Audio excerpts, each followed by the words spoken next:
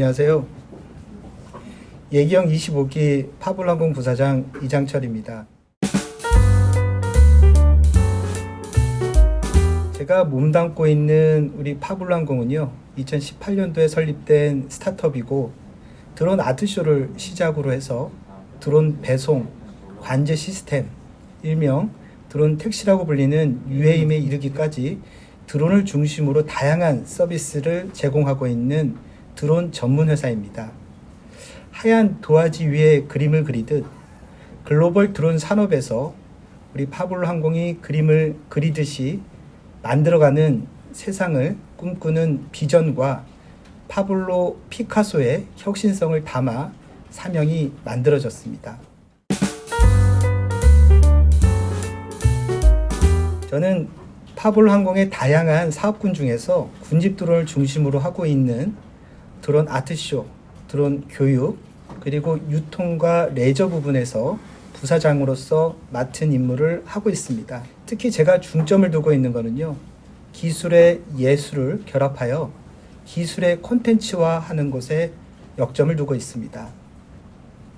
해외에서는 수천 대의 드론에 라이트를 달아서 일명 드론 라이트 쇼를 최근에 공연들을 많이 하고 있는데요. 이처럼 한 명의 오퍼레이터가 수많은 드론을 운영하는 기술을 군집 드론 기술이라고 하는데요. 우리 파블로항공은 단순히 수량에만 집중하는 것이 아니라 질적인 면에서도 관심을 갖고 드론 아트쇼를 개발하고 있습니다.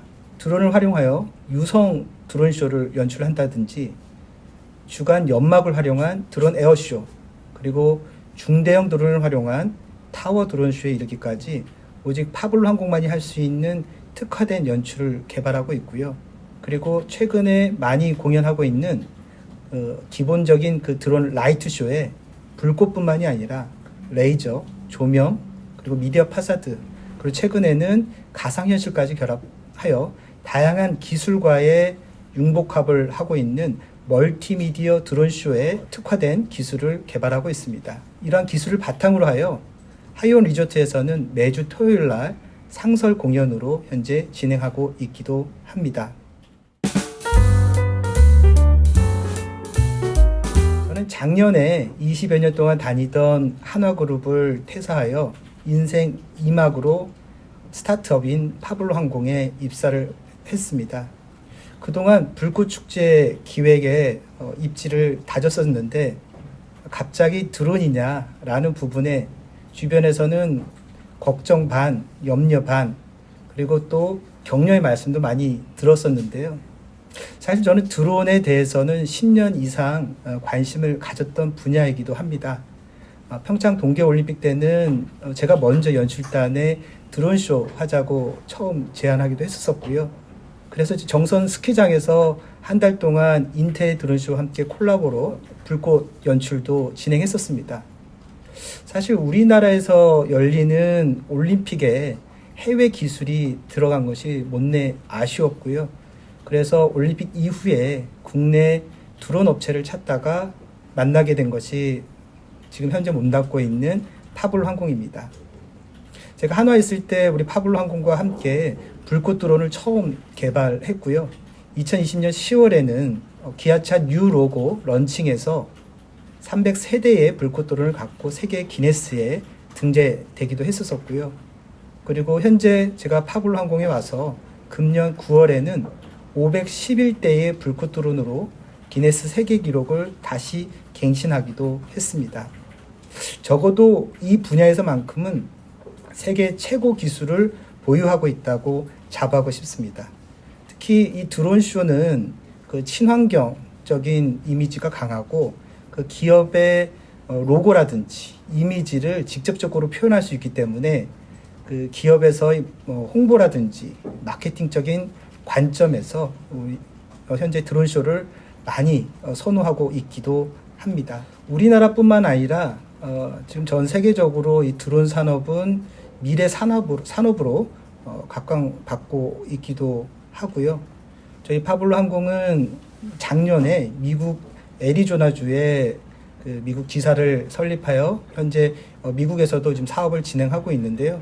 금년에는 미국의 나사와 함께 드론 실증 사업에 참여하고 있기도 합니다.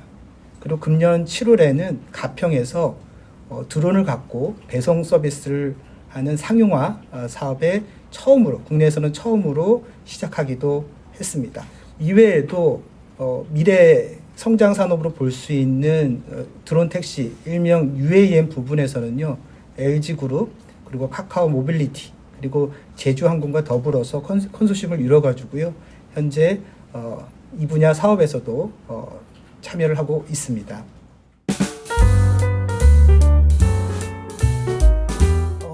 여러분, 상도치킨 혹시 아실까요? 아쉽게도 지금은 없어진 치킨집인데요. 제가 2010년대쯤 이제 우리 예경 다녔었을 때 3교시로 우리 상도치킨에서 다양한 분야의 동문들과 했던 부분이 저는 가장 기억에 남는 추억거리라고 생각을 합니다.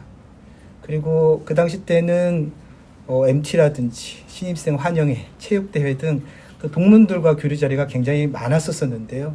현재 아쉽게도 코로나 팬데믹으로 인해서 이런 대면 교류가 많이 없어진 게 사실 아쉽기도 합니다. 하지만 이제 다시 일상으로 돌아온 시점에서 우리 예경 동문들이 많이 교류가 됐으면 좋겠고요. 사실 저는 예경 도움 많이 받았습니다. 특히 지금 현재도 도움을 많이 받고 있는데요. 저희 파블로 항공에는 40기 김민식 동문이 디자인 팀장으로 근무하고 있고요. 그리고 같은 40기인 김강현 동문이 연출팀 과장으로 저와 함께 같이 일하고 있습니다.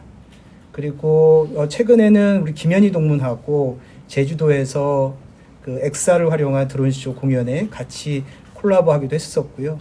그 다음에 다양한 이 분야의 동문들하고도 업무 협업을 통해서 많은 도움과 또 많은 성과를 이뤄내기도 합니다. 4차 산업혁명 시기에 기술은 사회는 새로운 컨텐츠들과 기업들 문화가 결합되어 있는 융복합 시대로 오고 있는데, 특히 우리 문화예술계에서는 가장 앞서고 있는 우리 중앙대 예경의 동문들이 같이 합심을 한다면 정말 더 좋은 문화예술계 발전에 이바지할 수 있을 거라고 저는 생각하고 있습니다. 드론은요, 커스터마이징이라고 볼 수 있습니다. 장소에 맞춰서 드론을 연출하게 되기 때문에 기본적으로 드론을 연출할 수 있는 장소, 사전 답사를 먼저 해야 되고요. 상황에 따라 가지고는 드론이 무선으로 컨트롤 해야 되는데, 특히 도심지 같이 또 이런 통신 환경이 안 좋은 곳에서는 드론 비행이 불가한 장소도 있을 수 있고요. 또 이제 군부대라든지 국가 주요 시설 같은 경우는 드론 비행이 허가가 되지 않는 곳도 있기 때문에 일단 장소 선정이 먼저 진행되어야 하고, 그리고 그 장소가 결정이 되면 클라이언트가 원하는 스토리가 있을 겁니다. 그리고 이미지가 있는데요. 이러한 내용들을 받아서 이제 스토리텔링에 대한 그런 시나리오가 만들어지고, 그 시나리오에 맞춰서 시뮬레이션으로 드론의 공연들이 사전에 만들어집니다. 그리고 이 만들어진 시뮬레이션을 갖고 현장에서 리허설을 통해 가지고 그 공연이 안정하게 이루어지는지 보면서 본 공연에 맞추게 됩니다. 그러면 이제 따로 정해진 연습하는 장소가 아닌 이제 그렇게 허가가 된 곳에서 연습을 하게 되는 건지? 기본적으로 시뮬레이션을 통해 가지고 실제 비행과 똑같이 연습을 하게 되고요. 그리고 저희는 이제 굉장히 다양한 기술들을 좀 개발하고 있는데, 이러한 개발하고 있는 장소는 태안 UV랜드라고요. 국내에서는 처음으로 만들어진 그 드론 테마파크가 있습니다. 요 장소는 저희 파블로 항공에서 운영을 하고 있는 곳이기도 하고요. 여기가 또 드론 그 시험장으로 국가에서 지정받은 곳이기도 하기 때문에 저희가 개발하는 기체들은 연출들은 우리 태안 UV랜드에서 진행하고 있습니다.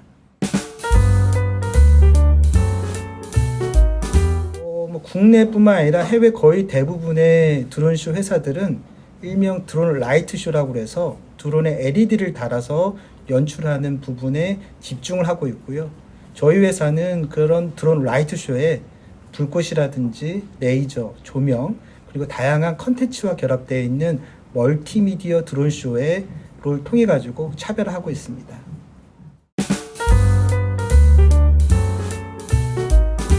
사실 제가 이전에 했던 불꽃 축제, 불꽃 쇼 같은 경우는 사람들한테 꿈과 희망을 준다라는 부분에 희망적인 부분이 있긴 하나 직접적으로 스토리텔링 하기에는 굉장히 어려운 컨텐츠이기도 했는데요. 이 드론 같은 경우는 직접적으로 메시지를 전달할 수 있는 그런 기능들이 있기 때문에 관람객들한테 그때그때 필요한 메시지들을 줄 수 있는 부분이 차별점이라고 하겠습니다. 사실 이제 드론 쇼가 이 기술적인 부분에서는 아직 개발해야 될 부분이 굉장히 많습니다. 한 사람의 오퍼레이터가 수많은 드론을 통신을 통해서 운영을 해야 되는데요. 통신 환경이 좋지 않거나 또는 야외에서 이루어지다 보니 이제 강풍이 불거나 또 비가 오거나 이러한 기상적인 조건 그리고 주변의 그런 통신 환경의 조건에 따라서 드론이 안 뜰 때도 있는데요. 제가 그동안 이 드론 쇼를 하면서 몇몇 장소에서는 이제 관객들과 그리고 클라이언트와 약속되었던 공연이 진행되지 못한 적도 있었었고요. 여러 가지 이제 그런 드론이 안 뜬 그런 일명 사고죠. 그런 실패담을 통해서 이제 계속적인 드론의 기술적인 부분에 개발하는데 안정화시키는데 중점을 두고 있습니다.